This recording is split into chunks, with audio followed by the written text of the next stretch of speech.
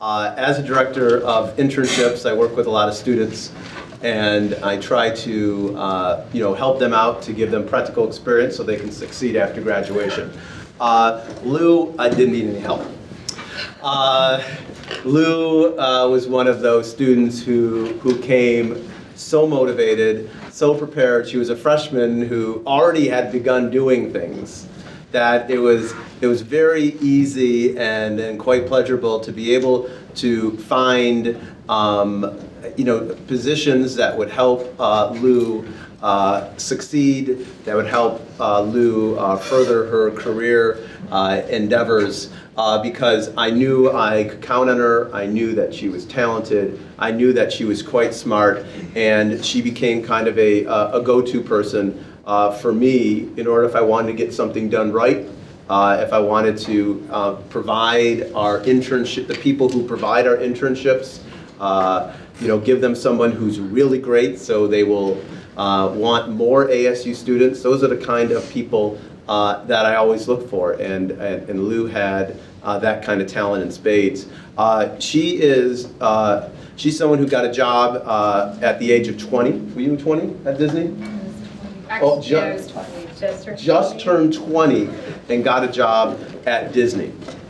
And that had to do with a lot of internships that she had, including in public relations at Olsen, including working at Disney the summer before, including working at Sedona Film Festival, including working at the Phoenix Film Festival, working at the State Press. She is someone who balanced, her schoolwork and her internship experience in an extraordinary way that as long as several students in the past are able to gain employment more than likely after they graduate. So what she has to say is quite valuable for those who are a freshman and those who are a senior, in terms of being able to tell your parents why it is that you want to be a film and media studies major, and how it is that you're able to secure a job after graduation, because that's every parent's biggest worry. So she's going to show you and tell you how it is that you can do what you love and get a job after graduation. So let me present Lou Wen.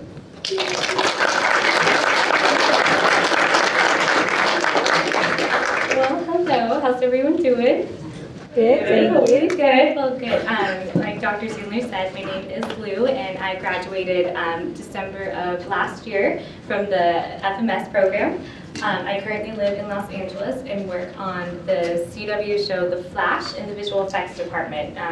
So hopefully some of you are either familiar with the show or are kind of know a little bit about it, because I'd love to get to show you a little clip from our season opener that just aired just October. So please enjoy.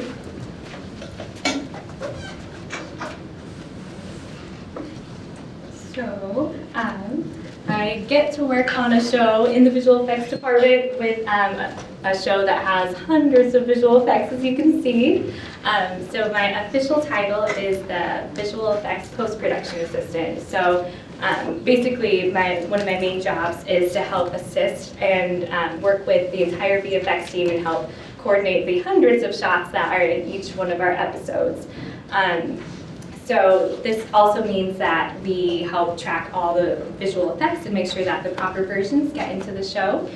We also serve as kind of like the liaisons between our artists as well as like the producers and creative minds to make sure that the script and what story is being told is presented as visually well as it can be presented. So I know that's just a lot of like talking at you about like what I do, but obviously what we just saw was what aired, and so we got to see the clean cut version of what airs officially. So I'd love to now give you the opportunity to see what we see behind the scenes with a few things missing, a few visual effects missing. No.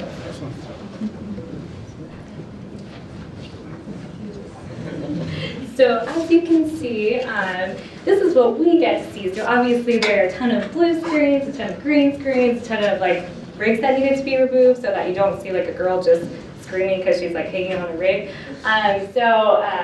You see the Flash, not maybe running out as fast as quite yet.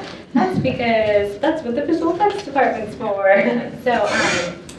This, as you can see, like there is a ton of stuff that goes behind the scenes in terms of putting the visual effects within the show. But I noticed a couple giggles at like Firestorm's white eyes and then his like silly flame effect when he turns into Firestorm.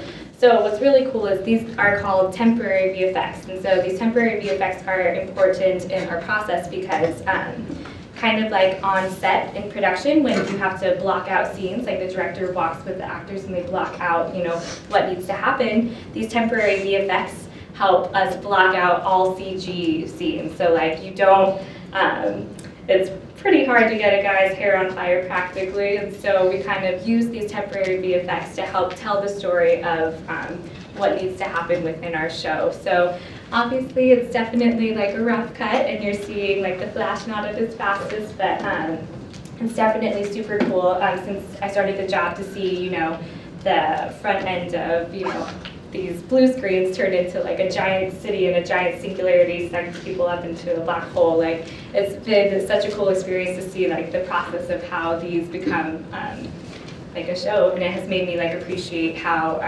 much work goes into not only television series but also film series as well.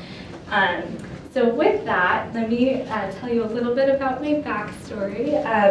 So like I said, I really did appreciate I did appreciate like kind of the backstory of how things were made.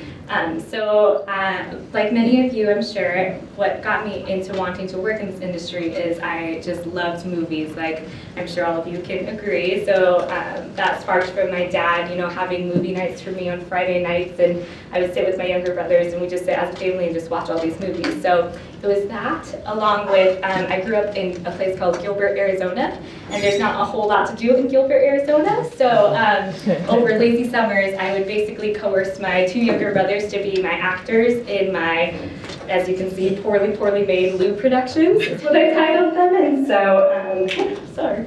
It's good. So these Lou productions are basically what I would do is I would coerce them to being my actors, and I would make them do all these goofy things, and I'd record them. And from there, I just remember like racing home and like running to my Windows Movie Maker and like want to put all the footage together of them really quick. And so between like loving movies and then loving like putting these goofy videos together, I thought that it would be really cool to start to pursue this as like a career. So obviously like what drew me into movies in general was like the story behind everything, and so I was encouraged by both family and friends to pursue a degree in English and learn like, the core elements of what it takes to create a story, and in turn hopefully like create stories outside of that. So with that, I entered ASU as an English lit major with a film and media studies minor. I met Dr. Sandler at an English event. It was like a kickoff event, I think, and I totally just remember having him talk about all these cool internship opportunities, and I was wondering like, how can I get involved? Like that sounds super neat, and I want to like get my hands on and like learn all this stuff while I can. So I remember meeting Dr. Sandler at that point, and then kind of just bugging him, saying like, hey, like, what can I do? Where can I get started? This like eager, crazy freshman like wanting to pursue this. And so one of my first opportunities that Dr. Sandler helped me out with was with the Sedona International Film Festival.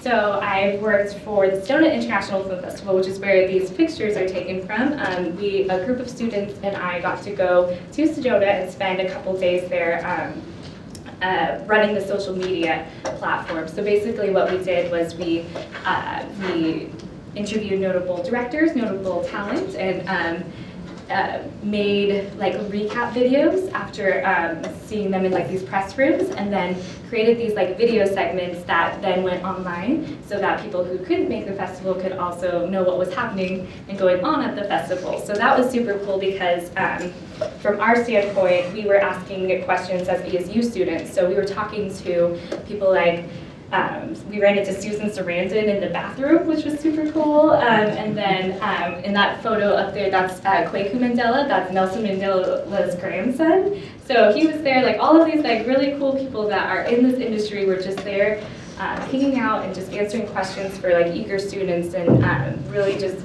enlightening us on like the indie film festival world. So that was definitely an opportunity I'm very thankful for. So along with Sedona Film Festival, I also worked for the Scottsdale International Film Festival doing a similar thing, as well as the Phoenix Film Festival. So there are quite a few festivals in the Valley that provide these opportunities where you can, as a student, just talk with these people who are actually in the industry and doing what you probably want to do, and they are more than kind enough to let you know what opportunities live out there and like where they got their start. So definitely super thankful for that opportunity. One of my next opportunities, as Dr. Sandler mentioned, was working for State Press Magazine during my time at ASU.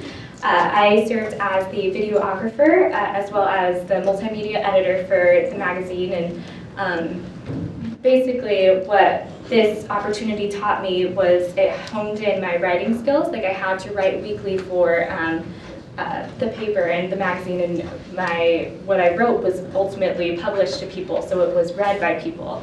So not only that, but I also got to create a video segment series. So I kind of advanced a little bit from my Lane Blue Productions and got to do my own series called State Press Magazine Coffee Conversations. So what I would do is I would literally set up like a fake coffee table setup in random places over campus and then invite people to come talk with me, and I'd ask them like one thought-provoking question and then film it, edit it, and put all their answers in like one cohesive story that ultimately ended up being published and online for people to view. So this was a really cool opportunity for me because while I was balancing my academics, it made me not only write, like I mentioned, but it also made me edit. I knew it was important to really understand the core basics of what made good movies, and what makes good stories, and so I was learning that academically, but at the same time, because I kind of knew I still wanted to edit, I told myself, like, Blue, you need to edit on a daily basis, and so State Press Magazine served as the outlet for me to edit on a weekly basis and just keep my head into what I needed to learn to progress my career. So that was my time at State Press Magazine. Another internship opportunity that I had during my time at ASU was working for Olsen Communications, which is now known as Fingerpaint.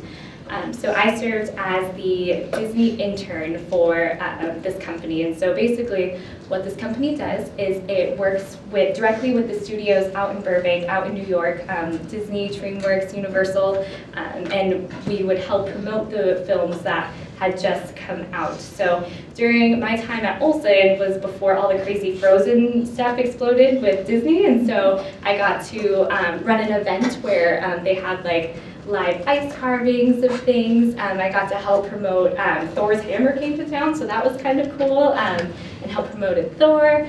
We promoted like a Star Wars series, so I got to hang out with a bunch of stormtroopers and just help promote that film there. So Olsen Communications was a really, really fun opportunity for me because you basically got to talk about what you love. Like we got to talk about what these movies were about and generate like excitement and word of mouth for these movies for people to come and see these things. So Olsen, with my title as Disney intern, was ultimately what I think led me to my next opportunity, which was working for the Walt Disney Studios. So I worked as the post-production technology intern with Walt Disney Studios. I picked up my things and moved to sunny Burbank from even sunnier Arizona last summer, I'm sorry. And basically what I did there was I worked with the team that know themselves as the Misfits. They are the production technology team that supports all the live action films. So when I got there, they had just helped finish up Maleficent, if you've seen it. And so one of like the coolest opportunities that I had, like my second week on the lot, was I was sitting in the theater, the Snow White Theater, which has been there for years, and I was sitting next to my supervisors, and we're watching the credits roll by. And as we're watching the credits roll by, my supervisors are like, you're gonna meet them, we've worked closely with them. Like he knew all these names like on the credits, and it was just super surreal to see like these people that I got to spend an entire summer with collaborate and work with people whose names are on the credits. I'm kind of cheesy where I love staying for the credits. Like I love just sitting and like watching like all those names pass by, but to have people that I work with like recognize the names and actually like work with these people made it just an even more surreal experience. So my time at Disney was also spent, I shadowed one of my now mentors. He basically let me sit on every single one of his meetings with him. So I would sit there and I would take notes and like see what he was talking about and know partially what he was talking about, but then my favorite part of sitting in with him on those meetings was our walk to the office afterwards, because I would literally take out my notebook and be like, so Mike, what does all of this mean? Like, what does this mean? And like, can you explain to me like how this works and like what this actually means? And so that was a huge learning opportunity for me, because instead of, saying like, Lou, you should probably already know that already, he walked me through what each of these things meant. So literally being a shadow and like a fly on the wall for his meetings totally helps me learn more at this internship. So I shadowed a bunch for him, as well as during my internship there, I got to work on a couple film sets for Disney, like Disney produced film sets. So my fellow intern and I, he was the production intern and I was the post intern, we did behind the scenes stills for a short film that was made at Disney, which was super cool. I got to be like a background on some things, and I got to just hang out with like the entire crew and kind of just see what it was like to be on a film set. So between that, shadowing, my mentor, and just enjoying like the lot, enjoying Los Angeles for the first time, that internship served as more than just like a learning experience towards my career. It also showed me that you can survive in LA and you can like explore like a cool city. So Walt Disney Studios was definitely a huge stepping stone in terms of like learning for me. So I will be forever thankful for the Misfits and then showing me around not only like the industry but LA in general. So so now I have just a few just tips that I've learned from my experience at ASU that hopefully may help some of you in the future. So in terms of internships, obviously, like there's a balance between like academic learning as well as getting hands-on experience. So I encourage you to take advantage of local opportunities. So I remember being in your shoes thinking like, LA are where the jobs are at, New York is where the jobs are at. But really, there are so many opportunities, and Dr. Sandler has helped me realize this, that are local that you can do that can get your hands-on experience while you're still in school, which I think is really fortunate. And along with that, not only does Dr. Sandler help, but the entire FMS and the entire English program has just offered up so much great advice and has so much wisdom in terms of like helping where you want to go. Like if you just talk with them and you say like, this is what I'm interested in, there's always one person that is able to point you in the direction of like to get you there, which I think is super helpful.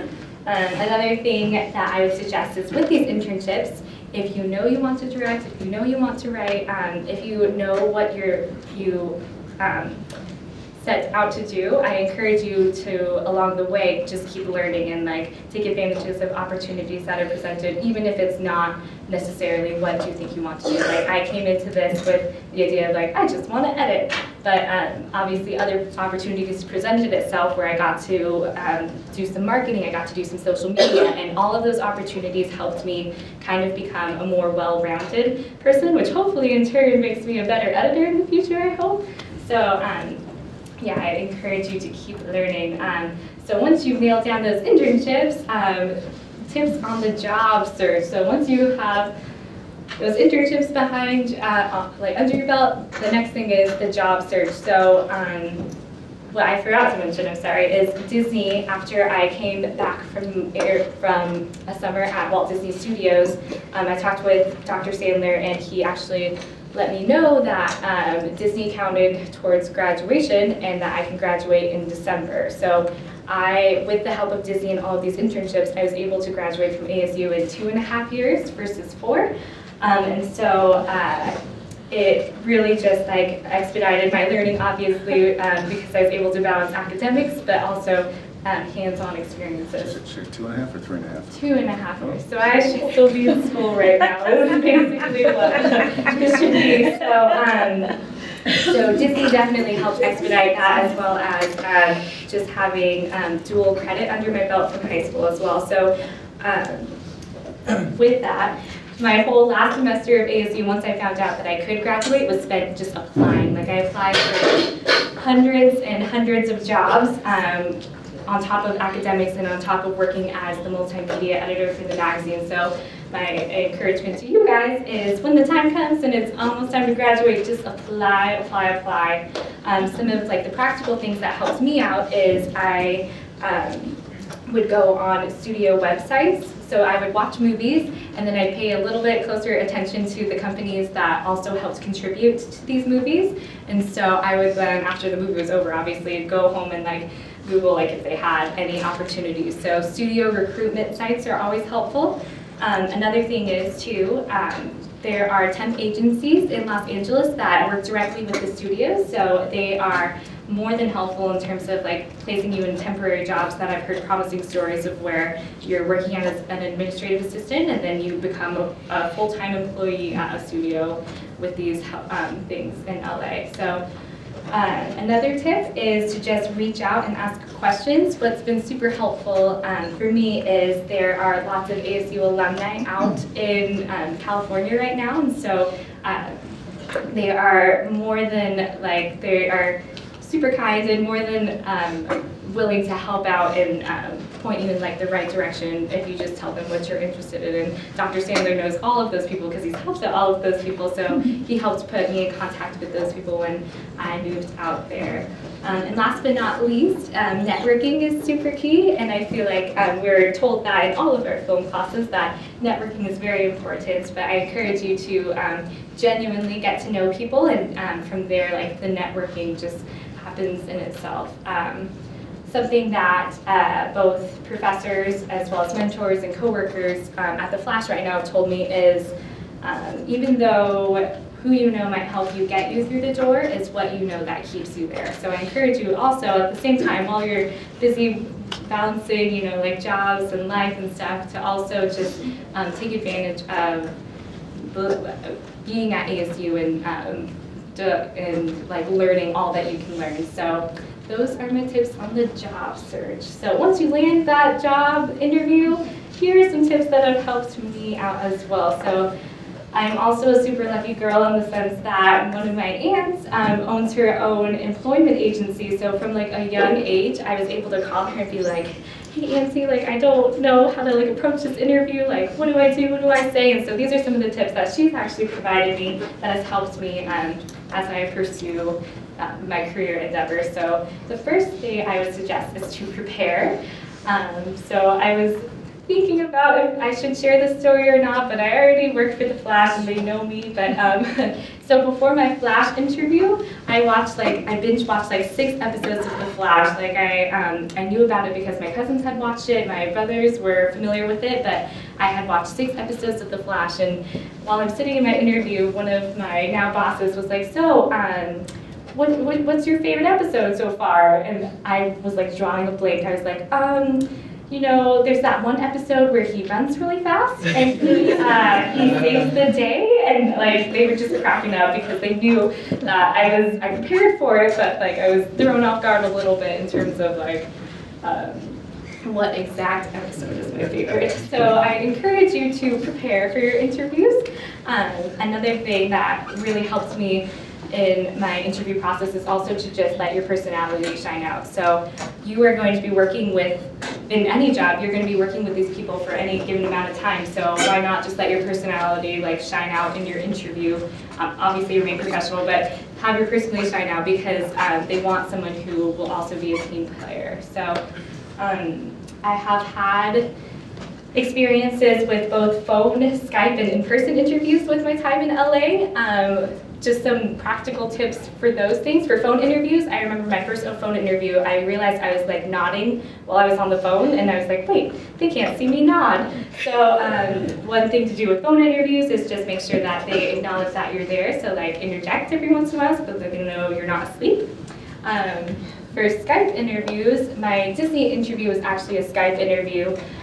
Just a silly story from that is I was Skyping with the team and I couldn't hear them very well. And so what I did was, I was silly and I like leaned in closer as if we were in person. I was like, oh, what was that? When you're supposed to just turn the volume up on your computer. So for Skype interviews, they're definitely a little bit easier than phone interviews because you actually see them, but there's like a whole nother realm of just weirdness when it comes to Skype interviews, especially because we live in Arizona and the hubs are not in Arizona. And last but not least, in person is obviously like the most ideal. You can't, they can see you nod, you can hear them by leaning in closer. So I just encourage you to like let your personality shine through in-person interviews. A couple other things that have helped me out as well were thank you cards, like the snail mail, like old school snail mail, like really goes a long way. Just sending a thank you card, thanking these people for their time, I have noticed makes a complete difference. I was told this example from many career fairs. If you have two equally qualified applicants and one sends you a thank you card and the other does not, who do you think might get the job? So a little bit of snail mail goes a long way, as well as just following up with emails and thanking people for their time. So something unique about follow-up emails, though, is I actually got a rejection letter from an internship that I had applied for earlier this year. And so in my follow-up email, I thanked them obviously for their time and for the opportunity to speak with them. But at the same time, I was kind of like, I was super bummed, but I also wanted to know why I didn't get the opportunity. So I cried a little bit and I wrote in my email, like, thank you so much for this opportunity. If there's anything I can do to further my career or like be a better applicant for the next time around, please let me know. Not expecting them to respond, but in turn, they responded to me and gave me all these resources that in turn actually helps my career out in the future. So follow-up emails aren't just, hey, did I get the job? You can also still connect with people even if you don't get the job, is what I've learned. And so as we're wrapping up, life in Los Angeles. So life in Los Angeles is super, super fun, especially if you love movies to begin with. You will just have a completely different perspective of movies because I noticed like when I drive some places, I recognize this building because it was in one of my favorite movies. And so not only is the area beautiful, but the people that you get to work with. Specifically on the Flash team, all of these people have been in the industry for decades, and just even talking with them and hearing their perspective on the industry and their perspective on their work has been such, it's an invaluable thing for me in life in LA. Another thing that I suggest for if you want to make the move to Los Angeles is to set up a nest egg because LA is not cheap. LA is super pricey, and so from both lecture series that I've attended as well as from just family advice, set up mini nest eggs because especially working with TV, you're basically working project by project. Like I'm on season 2 of The Flash right now, but who knows what is in store for season 3. When you work on films, movies, once they're finished being made, they're finished being made. So you're often going like project by project is what I've learned. And so having a nest egg when you're either searching or on hiatus definitely help. A few more things. Be prepared for some long hours, especially as an assistant, and some tough work, especially because I work in television and we have a weekly air date. The hours are super, super long, and so the work is super tough as well. Sometimes just kind of getting used to everything and getting used to working with different people. But in the end, like it's such a rewarding experience. For me personally, the most rewarding has been because I work on a show called The Flash, and I do have younger siblings. They watch the show on Tuesdays, and then they call me up the next day and tell me what they think about it. So it's super cool to kind of just see their perspective and have them actually enjoy the stuff I'm working on, while also like working tirelessly to make sure that people do enjoy it. So there are lots of really rewarding experiences that come from working out in the industry. So as I wrap up, I'd like to just say a few thank yous, if that's okay. Thank you to Dr. Sandler for providing me with my first few opportunities and still serving as like a mentor for me as I continue to pursue this crazy dream. I really appreciate all of your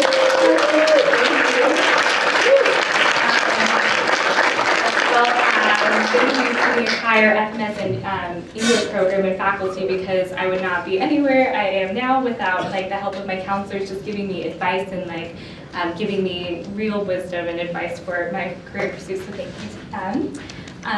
Thank you so much to the Flash team, who is probably working hard away right now. Thank you for letting me have the opportunity to come and speak with the students about the cool stuff that we're doing in Burbank. Thank you to my Misfits team at Disney for being kind of the people who really just showed me what LA was like and really just opened the door to all these opportunities that I have right now. Thank you to them. And lastly, thank you to my friends and family who, without their support, their prayers, their advice, I would not be able to stand up here and talk about the cool things that I've been lucky enough to do. So thank you all for your time. And many of them are right here, so let's give them a hand. Yeah.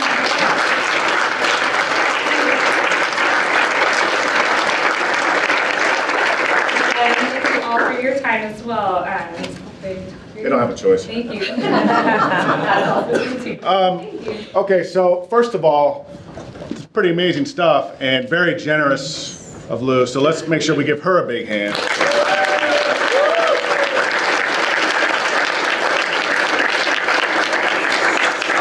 So we do have plenty of time for some questions, so whoever has them, I will take them for Lou. So questions, and this can be about anything. This can be about her work, this can be about LA, this can be about what she did here at ASU to prepare.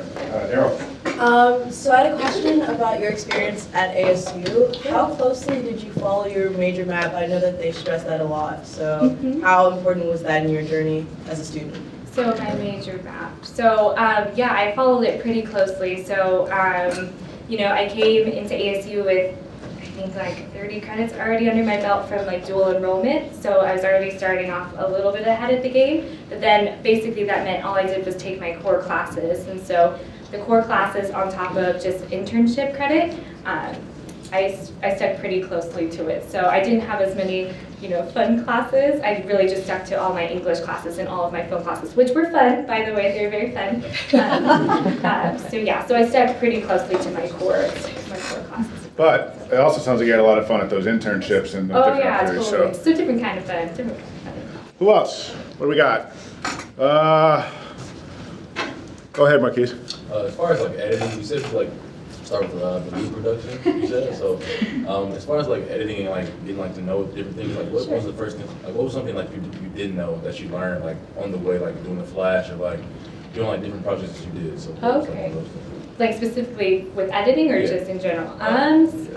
Specifically with editing, like I learned a lot. Like I use Windows Movie Maker, and that is like not the greatest program in the world. And so from there, I learned that there are so many different programs that do so many different things. And specifically during my time at Disney, I remember at one point just being like super overwhelmed. I told my supervisor, there are a lot of programs out there and I really want to edit, but which one do I like focus on? And he encouraged me to just know that, you know, if you know the basics and the whys of why these certain softwares do what they do and these certain tools on these programs work, as long as you know the basics of that, it's easy enough to just from there go on to learn like the actual commands of it. So know why you use the tools that you do, but and then like the technical stuff will follow. So tons of technical stuff I've learned from my loop production days. So yeah. Right here. Is it all Mac, or do they have some PC in those editing rooms? From my understanding, specifically with the Flash, we all use Macs. We have 4 in-house artists who do a lot of our shots as well. So I believe a lot of them, a majority of them use Macs, but one uses a PC, and we always give him crap for it. And then you also said that you minored in film and media studies. I did. That didn't matter. You just went into the industry, not even majoring in. Yes. They were impressed by your like internships, so they. So yeah, so that's the thing. In my interview with both Disney and The Flash, they obviously saw that I was pursuing English and pursuing film, but what was more important to them was that they saw that this Arizona girl had already a Disney internship technically under her belt without being in California. So it is important to have your degree under your belt, but at the same time, most of what they looked at was the prior experiences that I had. Great. So how did you get into visual effects? Like, I know you said that you just enjoyed editing, but I know visual effects is its whole other entity in editing. So how did you get into that? Sure. So I obviously loved editing, just like you said, but what got me into visual effects was a love for animation as well. So this all just stems back to story. Like, I love the fact that, companies like Disney and Pixar, can make you cry over toys coming to life, like stuff that can't actually happen practically, like having toys come to life or fish talk or stuff like that. That love for those kind of animated films made me want to become, an editor in the future for those kinds of films that can evoke all this emotion from something that someone just creates. So it's kind of a little bit of a tie between loving animation but also loving visual effects. So working on a show like The Flash, it's astounding to me that we can combine the two, combine really cool stories with visually appealing shots that help better the story. So just from a love of animation as well as story, just brought me to visual effects.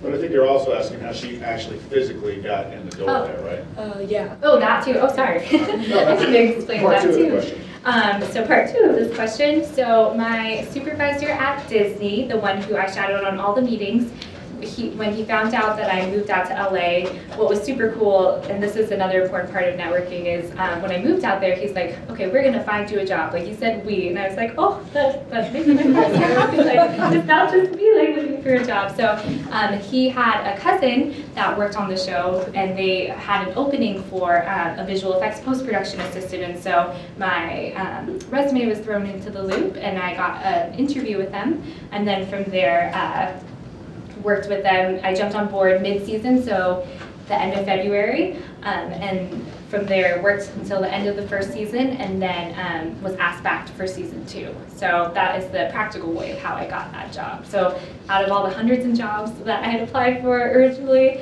I get an interview because of my network, which is kind of helpful. Networking. Three most important things in LA. Brody?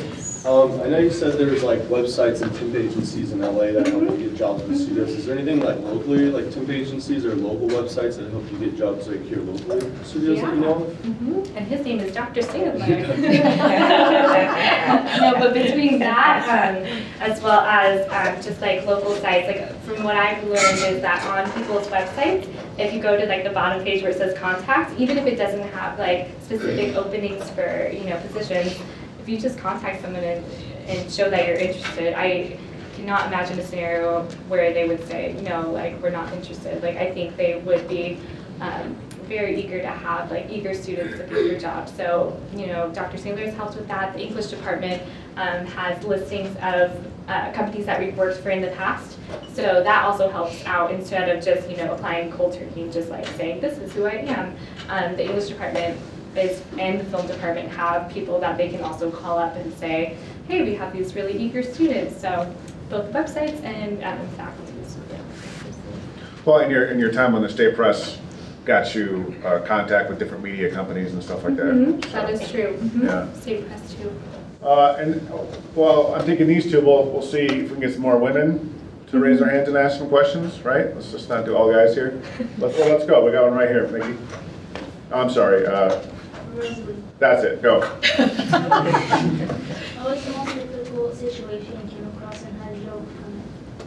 Oh, that is a very good question. Can you repeat that? I don't think everyone heard Let's it. see. So what was the most difficult situation I've ever encountered and how I overcame it? Okay. Let's see. Well, personally for me, at Disney, I remember shadowing my supervisor in all these meetings, and they were seriously, it sounded like talking another language. They would say all these acronyms. They'd be like, I don't even want to make them up because they probably exist, but they were talking in like another language, it sounded like, where I just remember being super encouraged by the fact that I can sit in on these meetings, but super overwhelmed that, okay, if you want to be an editor in Lou, like you don't even know half the things that they're saying. So that was super challenging for me at first because I just felt very unprepared at the time. But what was cool about that opportunity to feel kind of like uneasy about that is it just made me ask even more questions. And instead of just asking questions and just saying, yeah, I get that, like I would ask Mike over and over again, so what exactly does that mean and how does that correlate with this and this? And so it just made me braver in terms of asking questions when I really needed to understand things. So that Yes, was it's a pretty great question. challenging. Right here? So I know that you're mostly involved with post-production. Do you ever, like, because of shows like The Flash and Mockingbird, there's a lot of landscape response, buildings falling and stuff like that. Mhm. Do you ever find yourself, say, in like the pre-production phase, working with like set design or set building and stuff like that, and like Mhm. how that would help Mm-hmm. you? Oh yeah.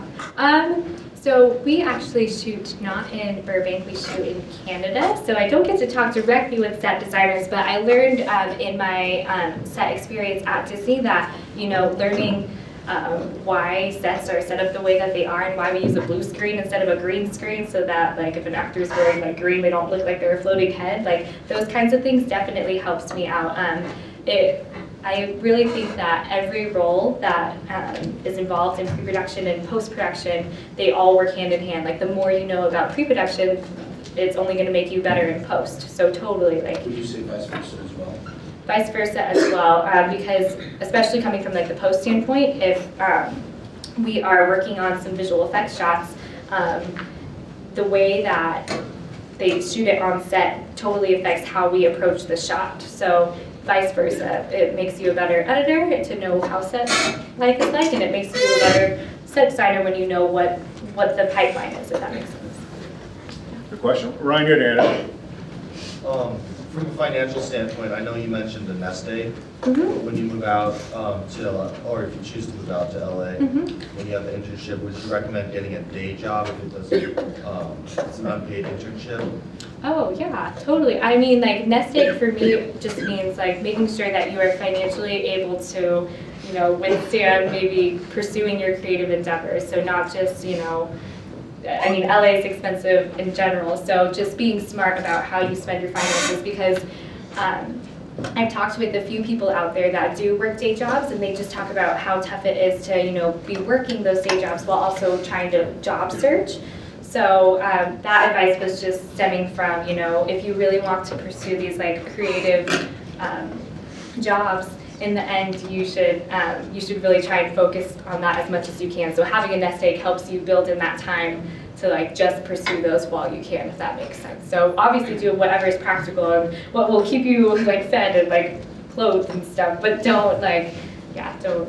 We'll probably need 6 roommates. Yes, probably. Tony? During your internships, would you say that there was something specific that got you noticed or directly or indirectly got you employment work somewhere else after those internships? Yeah, so you do mean like specifically for the Flash or just in For the general? Flash and for any other job that you've had. Yeah, totally. It definitely helped in the sense that I could talk about, you know, yeah, I'm going to school and like learning like what makes a good movie and what makes a good story, but at the same time I'm learning how to practically do these things. So kind of having those internships, I think that helps highlight that I wasn't just interested just because I thought it'd be fun. I was genuinely interested on like using these skills from these past opportunities that I've had and be able to apply it to a job. So it definitely showed that I think I was eager to learn. So even if like the opportunities that I had in the past didn't correspond directly with whatever I was applying for, I was able to show that you know, I am interested though, and even if I wasn't like directly editing quite yet, I still got my hands on editing systems and I was passionate about what I wanted to pursue. So Julia? I know people talk about how it's a lot harder being a woman in Hollywood than it is a man. So I was just wondering if you've ever had any personal experience like where you've been treated differently than a guy in your position, or if you like faced any kind of discrimination. Yeah, sure. So to put this into perspective for you, I am one of 3 women in the entire post-production office, so I'm a little bit outnumbered in that sense. But from my experience so far, I haven't experienced like any discrimination as of yet. It is definitely different though, just working with a majority of men who know comic books like the back of their hand. So as of now, I've been lucky enough to not experience that like discrimination. I'm lucky enough to work on a team that totally just drives well together because we work so closely and work so much together. So none of that yet, but it is different. Like I've been told in the past that it is a boys' club. The industry is a little bit of a boys' club, and so that's just a little bit more fuel to the fire to, you know, keep working at what I'm doing and just not stopping and not letting those things hinder me. Do you think it's changing generationally, like for younger people? Do you think there's more of a balance? Can you tell? I can't tell at the moment because it's also different for me too. The team that I work on, I'm on the younger spectrum of things, and so I think slowly but surely it is definitely moving in that direction. Though I don't think it's like staying stagnant, but I do think it's slowly but surely moving. And many of you will soon be in the industry, so that will help. Yes, that will definitely help. We have time for a few more, so I suggest taking advantage. Let's see if we can get your. Yeah, go ahead. When you were in an internship at the magazine company and you edited, what programs were you using? So I was using Final Cut Pro as well as Adobe Premiere. So those were like the main ones that I was using.